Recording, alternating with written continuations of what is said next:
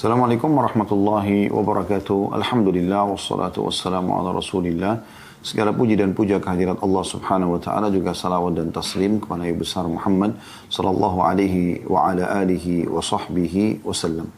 Saudaraku seiman, seperti biasa di hari Kamis siang kita akan melanjutkan bahasan bedah buku kita Wanita Muslimah Ini dan Surgamu yang ditulis oleh Syekh Abdullah bin Jarullah Al-Jarullah, dan kita sudah membahas pada pertemuan yang lalu sebuah bab tentang tugas kaum wanita yang asasi, dan bagaimana kita sudah menitik beratkan bahwasanya tugas utama adalah bagaimana dia menjadi seorang istri sehingga full sibuk untuk melayani suaminya karena Allah Subhanahu wa taala memenuhi kebutuhannya dan juga merawat rumahnya. Dan pada saat dia bertambah status dan juga bertambah tugas yaitu ibu, dan tentu juga dengan ini bertambah nilai pahala di sisi Allah Subhanahu wa taala, maka dia juga menambah selain mengurus suaminya juga mengurus anak-anaknya. Dan ini tugas yang terpenting diciptakannya, sebab diciptakannya wanita dan bukan yang lainnya. Sementara prestasi-prestasi dunia semuanya hanya pelengkap saja, prestasi pendidikan, menjadi wanita karir dan seterusnya, ini hanya pelengkap saja. Yang utama adalah bagaimana dia menjadi seorang istri dan ibu, dan ini yang akan diminta pertanggungjawaban oleh Allah Subhanahu wa taala pada hari kiamat, dan ini adalah pintu keselamatan bagi dia yang sudah panjang lebar kita paparkan pada pertemuan yang lalu. Baik teman-teman sekalian, kita akan lanjutkan dengan bab baru, dan bab ini tentu sudah sering kita singgung, tetapi ini dikhususkan oleh penulis dan ini saya rasa penting memang untuk dibahas, yaitu sudut pandang seputar pernikahan dini sebelum selesai belajar. Banyak orang menganggap menikah di umur 18 tahun, 19 tahun, 20 tahun ini terlalu muda bagi mereka seperti itu. Padahal sebenarnya dalam syariat Allah Subhanahu wa taala tidak ada sama sekali larangan berhubungan dengan masalah itu. Bahkan kalau seseorang itu merasa dirinya sudah ba'a, dalam hadis yang berbunyi kata Nabi SAW, ya ma'syar syabab man istata' minkumul ba'a, wahai sekalian anak muda, siapa yang di antara kalian yang memiliki ba'a. Ba'a itu maksudnya kemampuan biologis ya. Lebih tepatnya seperti itu umumnya pendapat ulama mengatakan kemampuan biologis. Jadi si laki-laki melakukan biologis dengan istrinya sehingga ditumpahkan sperma, dan nanti kalau hamil dia siap membiayai hidup istrinya semampu dia. Lalu pada saat istrinya hamil dan punya anak, dia siap mengemban amanah menjadi ayah. Begitu juga seorang wanita dianggap dia ba'a pada saat dia sudah bisa melayani kebutuhan biologis suaminya. Kemudian juga pada saat hamil dan punya anak, dia siap untuk menjadi seorang ibu. Maka itu dianggap ba'a. Dan tidak ada hubungannya sama sekali pernikahan ini dengan masalah prestasi duniawi. Tidak ada hubungannya sama sekali dengan prestasi duniawi. Jadi ini perlu digarisbawahi dan perlu difahami baik-baik. Dan tentu kita tidak mengatakan menikahkan anak-anak di umur di bawah 10 tahun misalnya, atau masih sangat kanak-kanak, tidak. Tapi ada sebagian anak-anak atau anak-anak remaja yang memang sudah sangat dewasa, atau bahkan ada memang atau pernikahan itu bisa menjadi solusi bagi anak-anak yang sulit untuk dikontrol, sehingga dengan mendatangkan pasangan hidup buat dia, apakah suami ataupun istri, maka akan ada pengawas gitu ya, secara khusus yang akan membantu orang tua dalam mengawasi dan memberikan masukan-masukan kepada anaknya itu. Banyak kasus kami saksikan gitu. Ada seseorang yang kami kenal dulu, rahimahullah, sudah meninggal. Beliau memiliki cukup banyak anak. Ada salah satu anak perempuannya yang dia lihat gelagatnya sudah mulai kontek-kontekan sama laki-laki. Dia khawatirkan terjerumus pada pacaran dan akhirnya terjadi perzinahan gitu. Maka spontanitas dia langsung nikahkan anaknya itu. Dia panggil, dia cari seorang laki-laki yang dia kenal saleh menurut dia, kemudian dia nikahkan ya. Setelah itu subhanallah, bertahap waktu anak ini tiba-tiba sudah berubah semua karena ada suami yang akan mengawasi dia, kebutuhan biologis juga sudah terpenuhi gitu kan, dan akhirnya meringankan sekali beban orang tuanya ya. Begitu juga dengan anak laki-laki, pada saat dia tidak bisa dikontrol, kemudian kita datangkan seorang wanita yang salihah yang bersedia untuk bisa mendampingi dia, kemudian membantu dia, dan banyak sekali perubahan terjadi dari remaja-remaja laki-laki yang belum dewasa bisa jadi dewasa, merasa punya tanggung jawab karena didampingi oleh seorang wanita yang memang bijaksana ya, seperti itulah. Jadi kita menambahkan satu piring makanan untuk anak mantu kita, itu jauh lebih baik dibandingkan kita membiarkan anak kita bergaul bebas. Nah, ada persepsi yang tertanam, entah dari mana persepsi ini. Jadi tidak masalah anaknya bolak-balik gonta-ganti pasangan, pacaran di sini dalam arti kata, dan pacaran sebelum nikah sama dengan zina. Itu lebih baik bagi dia dibandingkan dia menyegerakan pernikahan. Kok bisa yang halal dianggap aib, memalukan, dan yang haram dianggap tidak ada masalah? Ya. Dan ini hampir merata di wilayah-wilayah kaum muslimin karena menukil dari orang-orang non-muslim. Kebiasaan mereka beda dengan kita. Kita memang memiliki anjuran pernikahan dan merupakan atau dijadikan sebagai salah satu ibadah yang besar sekali pahalanya. Ya. Nabi SAW mengatakan, an-nikahu sunnati faman ragiba an sunnati falaysa minni. Nikah adalah bagian daripada sunnahku dan siapa yang menolak sunnahku maka bukan dari golonganku. Ya. Nabi SAW mengatakan, tazawwaju. Ya. Al-wadudul walud, menikahlah dengan wanita yang subur dan juga penuh kasih sayang, cinta dengan suaminya. Gitu. Fa inni mukatsirun bikum karena aku sangat bangga dengan jumlah umat pada hari kiamat. Jadi ada motivasi untuk menikah. Dan banyak sekali sahabat yang Nabi SAW ingatkan agar menikah, gitu kan. Dan setiap sahabat yang menikah, Nabi SAW ucapkan kalimat selamat kepada dia. Ya, disambut dengan sambutan yang meriah gitu ya. Dan itu terjadi. Seperti waktu Abdurrahman ibn Auf menikah, maka Nabi SAW gembira lalu mengatakan, aulim walau bisyat, iklankan walaupun dengan seekor domba saja gitu kan. Kemudian juga pada saat Anas bin Malik menikah, lalu Nabi SAW tanya, apa kau menikah dengan perawan atau janda? Dia mengatakan janda. Lalu kata Nabi SAW, bukankah tidaklah kau nikah dengan perawan, maka kau lebih bisa bercanda dengannya, atau dia bercanda denganmu? Tapi riwayat ini sering terputus sampai sini disampaikan. Sebenarnya ada lanjutan dalam beberapa riwayat. Waktu itu Anas bin Malik menjelaskan alasannya. Beliau mengatakan, radhiyallahu anhu, bahwasanya ayahku meninggal, ya, ayahnya Anas meninggal dan meninggalkan banyak anak-anak, dan Anas ini termasuk anak laki-laki yang paling tua gitu. Dan dia punya tanggung jawab. Dia bilang, kalau saya menikah sama perawan, maka mungkin waktu saya lebih banyak tersita dengannya. Sementara kalau saya nikah dengan janda, ya, yang punya pengalaman dalam rumah tangga, bisa membantu saya untuk menjaga adik-adik saya masih kecil. Nabi SAW membolehkan, ya. Jadi tadi cuma anjuran dari Nabi SAW. Jadi bukan aib untuk menikah dengan janda, ya gitu kan, janda ataupun gadis. Kalau Anda bisa dapatkan gadis dan Anda bisa meluangkan waktu karena akan tersita dengan candaan dan memang masa-masa yang dia harapkan selalu bersama, itu bisa saja gitu. Tapi bukan aib kalau Anda punya pertimbangan untuk memilih janda, karena Nabi SAW sendiri memilih mayoritas pasangan beliau adalah janda dan hanya Aisyah radhiyallahu anha saja yang perawan atau gadis. Teman-teman sekalian, berbicara masalah pernikahan dini jangan disalah persepsikan. Bukan kami sedang membahas untuk menolak peraturan pemerintah yang menentukan umur tertentu. Bukan itu yang kita maksudkan. Tapi kita sedang menjelaskan globalnya, ya, hukum syariat Allah Subhanahu Wa Taala. Dan dini ini tidak ditentukan tentu batas umurnya, gitu kan. Jadi yang saya maksudkan sini, banyak orang menunda-nunda pernikahan sampai melampaui batas gitu. Sampai 35 tahun, 40 tahun belum menikah, ya. Ini semua kenapa? Karena tadi kasus menunda-nunda pernikahan, menganggap tidak penting. Padahal itu bagian hal yang harus diperhatikan baik-baik oleh setiap orang tua. Setelah mendidik anaknya mulai meranjak dewasa, maka langkah selanjutnya adalah bagaimana pernikahan mereka, ya. Dan ini poin yang harus tidak luput dari setiap orang tua muslim, khususnya di Indonesia tentu dan umumnya di seluruh wilayah kaum muslimin. Maka ini perlu digarisbawahi. Dan Umar bin Khattab pernah menegur seseorang yang menunda-nunda pernikahan, lalu beliau mengatakan, ya, aku tidak melihat penundaan pernikahan ini kecuali karena adanya kelemahan dalam dirimu atau memang dosa yang sedang kau lakukan. Jadi yang membuat orang ragu selalu melangkah menikah sudah layak sehingga, ya, atau saya mau menikah, saya belum punya pekerjaan, saya mau menikah tapi sekolah saya belum selesai, maksudnya kuliah saya belum selesai misalnya. Padahal sebenarnya tidak ada hubungannya prestasi dunia itu dengan pernikahan. Dan dia bisa menikah dengan apa yang dijanjurkan oleh Nabi SAW. Wa ankihul akfa'a minkum. Menikahlah dengan orang yang sepadan dengan kalian.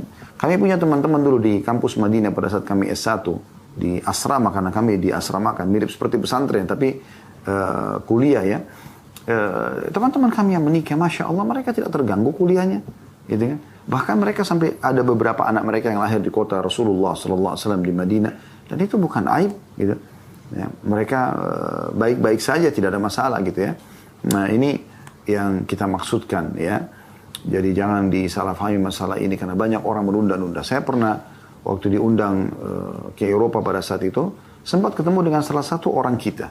Masya Allah, dari informasi yang saya dapatkan, orang ini sangat rajin ke masjid, ibadah, segala macam. Tapi sudah umur kalau tidak salah 40 tahun, seingat saya waktu itu ya. Belum menikah. Saya sempat bicara, kenapa akhi belum menikah? Iya, pertimbangan saya harus mapankan dulu ekonomi saya, baru saya menikah. Subhanallah. Kemapanan ini, saya bilang sampai batas mana ini? Ya. Yang mana antum katakan mapan itu? Punya berapa banyak tabungan, gitu kan? Umur terus berjalan. Ya, sementara pernikahan bagian daripada perintah agama. Dan hidup di wilayah Eropa yang penuh dengan fitnah itu bukan hal yang ringan gitu. Ya. Tapi subhanallah, ya hidayah di tangan Allah SWT. Kami hanya bisa memberikan masukan dan nasihat, tapi tentu setiap orang punya hak untuk menentukan jalan hidupnya. Baik, saya akan bacakan yang ditulis oleh Syekh Abdullah. Beliau mengatakan, setiap muslim pasti mengetahui bahwa Allah memerintahkan menikah, menganjurkan dan memotivasinya. Karena memang menikah itu membawa banyak keuntungan secara pribadi dan untuk masyarakat. Jadi secara pribadi dia diuntungkan karena dia punya pasangan hidup. Ada teman untuk makan sama-sama, tidur sama-sama, ya, bercanda, memenuhi kebutuhan biologis, saling berbagi, meringankan beban atau kesedihan. Kan ada teman kita untuk mengobrol gitu. Dan yang paling tepat memang laki-laki sama perempuan. Makanya Allah jadikan pasangan laki-laki dan perempuan ya sebagai tempat untuk kita ngobrol, diskusi dan segala macam gitu ya. Dan ini hal yang bermanfaat secara pribadi dan secara masyarakat, maksudnya akan sangat meredahkan, pernikahan itu meredahkan perzinahan. Ya. Karena orang sudah menikah, ya, apalagi sudah terpenuhi kebutuhan dia. Maka tidak ada lagi namanya sengaja mengganggu anak orang, sengaja mengganggu istri orang, sengaja mengganggu suami orang. Banyak maslahat masyarakat yang terbaiki ya, atau menjadi baik karena pernikahan tersebut. Beliau mengangkat firman Allah Subhanahu wa taala di antara perintah Allah yang sangat jelas dari 1400 tahun sekian yang lalu tentang anjuran menikah, yaitu surah An-Nisa ayat 3. A'udzu billahi minasyaitonir rajim. Fankihu ma taba lakum minan nisa'i mathna wa thulatha wa ruba'. Fa in khiftum alla ta'dilu fa wahidatan aw ma malakat aymanukum. Al-ayat masih sampai sini, masih ada lanjutan ayat, tapi sampai sini dijadikan saksi bahasan. Kata Allah, maka kawinilah wanita-wanita yang kamu sukai, 2, 3 ataupun 4. Ya. Kemudian jika kamu takut tidak akan atau tidak dapat berlaku adil, maka kawinilah atau nikahilah seorang saja atau budak-budak yang kamu miliki. Di sini beliau mengatakan Allah yang maha mulia dan maha tinggi memerintahkan menikah dan memperbolehkan poligami dengan syarat harus adil. Tidak dikhawatirkan berbuat zalim dan culas. Firman Allah Subhanahu wa taala yang lain surah An-Nur ayat 32 yang berbunyi juga motivasi untuk menikah, ya. Jadi surah An-Nisa tadi ayat 3 menjelaskan tentang motivasi menikah. Bahkan dianjurkan menikah berpoligami bagi laki-laki. Karena penekanan masalah pernikahan. Bukan cuma 1 sampai 2, 3, 4 pun dibolehkan bagi yang merasa punya kemampuan untuk berlaku adil dan Allah mudahkan gitu. Dan Allah berikan pilihan. Kalau tidak mampu maka 1 saja cukup. Yang penting punya pasangan. Segerakan gitu. Kemudian dalam surah An-Nur ayat 32 juga dalil yang menjelaskan tentang anjuran segera menikah. Ya. Bunyinya a'udzubillahi minasyaitonir rajim wa ankihul ayama minkum was-salihin min ibadikum wa imaikum yakunu fuqara yughnihimullahu min fadli wallahu wasi'un alim. Dan kawinkanlah orang-orang yang sendiri di antara kamu dan orang-orang yang patut kawin dari hamba-hamba sahayamu yang perempuan. Jika mereka miskin, Allah memampukan mereka dengan karunia-Nya dan Allah maha luas pemberiannya dan lagi maha mengetahui. Kata Syekh Abdullah, ayat ini berkaitan dengan para wali agar menikahkan anak-anak mereka laki-laki ataupun perempuan yang masih lajang. Memilikan pasangan yang soleh dan soleha. Seorang muslim harus mencari istri yang soleha, yang konsekuen dengan ajaran Islam dalam segala aspek kehidupannya. Artinya saya ingin paparkan dulu penjelasan di sini. Di ayat yang kedua dalil yang diangkat oleh Syekh Abdullah ini adalah surah An-Nur ayat 32 menjelaskan wa ankihul ayama minkum.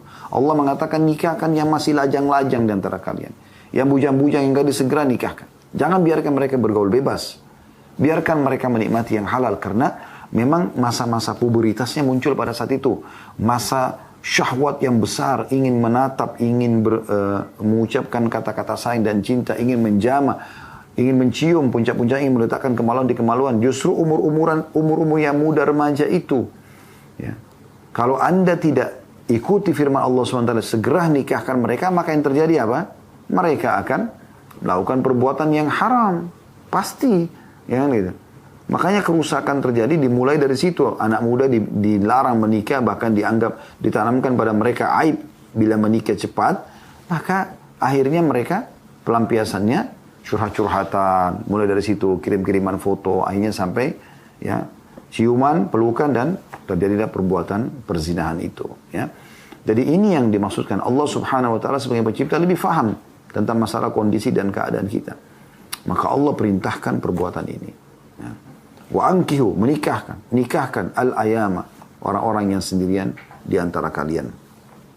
Bahkan hamba-hamba sahaya saja dianjurkan segera nikahkan mereka. Jangan biarkan mereka dalam kondisi membujang ataupun gadis, ya.